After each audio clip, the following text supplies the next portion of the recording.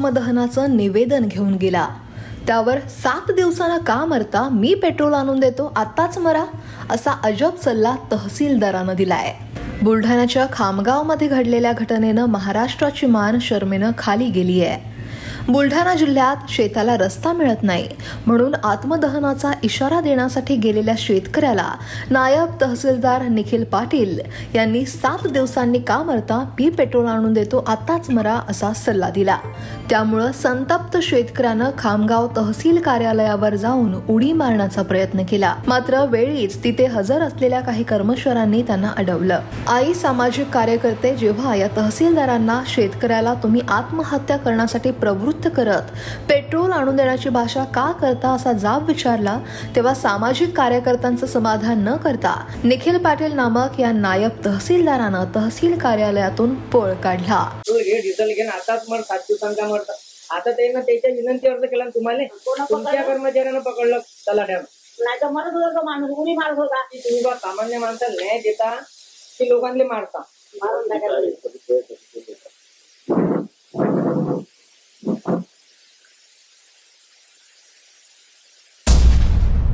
त्यामुळं हे सरकारी अधिकारी असे माजुरडेपणाने वागू लागलेत हे पाहायला मिळतंय।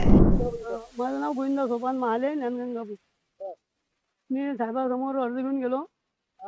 साहेबांना म्हटलं, साहेब हा अर्ज घ्या, तर म्हणत तुमचा अर्ज गेलाय ना, म्हटलं हा साहेब हा आत्मदहनाचा इशाराचा आहे, तर म्हणत मग आत्मदहन किती 7 दिवसासाठी काल थांबतं, मी 1 लिटर आणून देतो, आताच घे ना, असं बोलून माझी मनस्थिती खराब झाली। आणि मला 2-4 जणांना सुनील पाटील यांनी बाहेर आणलं आणि मग सुनील पाटील या समोरच्या व्यक्तीकडे शिजले, तर मग माझी ऐकत नाही, त्या आरोपीला करत आणि मी मग भीतीवर जोडलो होतो आत्मदहन करायला। म्हटलं तू काल आणून देतो, मीच पुरतो म्हणतो।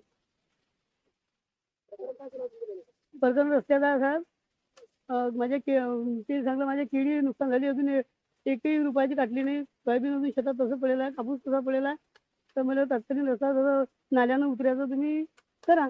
तर नाही, आम्ही कायद्याच्या पुढे काहीच करू शकत नाही, 6 महिने यायला टाईम लागते, म्हटलं 4 महिने झाले साहेब आपल्या केसले, असं बोललो। साहेब म्हणत जे होईल ती वाजानं तर आम्ही कायद्याच्या पुढे काहीच करू शकत। निखिल पाटील, निखिल राजू पाटील, तहसीलदार ते मागणी आमची रस्त्याची आहे। माझी मनस्थिती ते वागले तर माझी मनस्थिती एकदम अशी गंभीर झाली की ते जगून काहीच उपयोग नाही। सदर प्रकरण हे उपविभागीय अधिकारी रामेश्वर पुरी यांच्या कानावर गेल्यानंतर त्यांनी हे प्रकरण गंभीर असल्याचं म्हटलंय। अशा पद्धतीनं शेतकऱ्यांसोबत वागणं अयोग्य असल्याचं म्हणत या प्रकरणात चौकशी करून कारवाई केली जाईल असंही ते म्हणाले। हे तर पूर्ण चुकीचं आहे। मी आज सकाळपासून नगरपालिका इलेक्शन्स मध्ये नगरपालिका नॉमिनेशन प्रोसेसमध्ये असल्यामुळे कार्यालयात काही माहिती नाही, मी माहिती घेतो, परंतु असं बोलले असतील ते चुकीचं आहे। त्यांना तत्काळ त्या बाबतीत समज देण्यात येईल। शेतकऱ्यांचे जे कुठलं काम आहे ते नियमाप्रमाणे पूर्ण करून देण्यासाठी त्यांना तत्काळ। शेतकऱ्यांच्या समस्यांची भीषणता आपल्याला माहिती आहे। कर्जबाजारीपणा, नापिकी, वाढती महागाई, पिकांना न मिळणारा योग्य भाव आणि योजनांचा अभाव यामुळे शेतकरी आधीच मेटाकुटीला आलाय।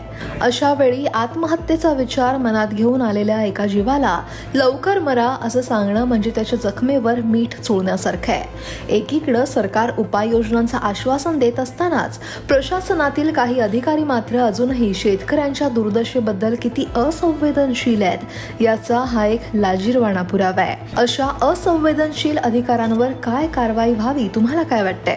कमेंट नक्की करा आणि लोकमत सबस्क्राईब करायला विसरू नका। बुलढाण्याहून अमोल गवांडेसह ब्युरो रिपोर्ट, lokmat.com।